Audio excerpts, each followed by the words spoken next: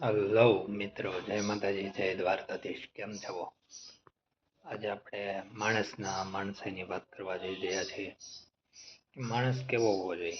માણસ મીઠો હોવો જોઈએ. એ બોલે તો મીઠું મીઠું બોલવો જોઈએ.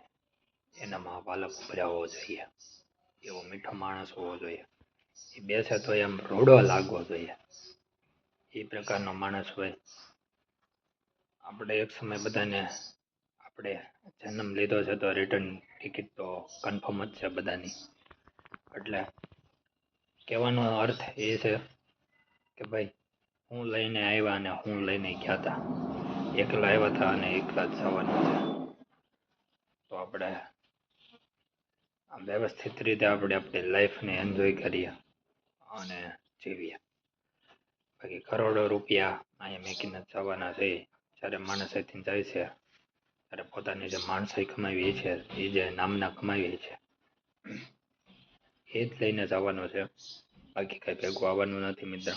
હાથ મનની આવેલી હોય કે ઝૂંપડામાં રહેતો હોય, એ બધું અહીંયા અહીંયા જ મૂકીને જવાનું છે. માણસમાં વાલ ઉપરાતો હોવો જોઈએ. માણસ એવો હોવો જોઈએ કે જે આમ ગમવો જોઈએ, કે રૂડો લાગવો જોઈએ. એનામાં આગ્રહ, એનામાં ભાવ, એનામાં મર્યાદા, એ બધી જાળવી રાખી હોય. આ છે માણસની વ્યાખ્યા. જય માતાજી.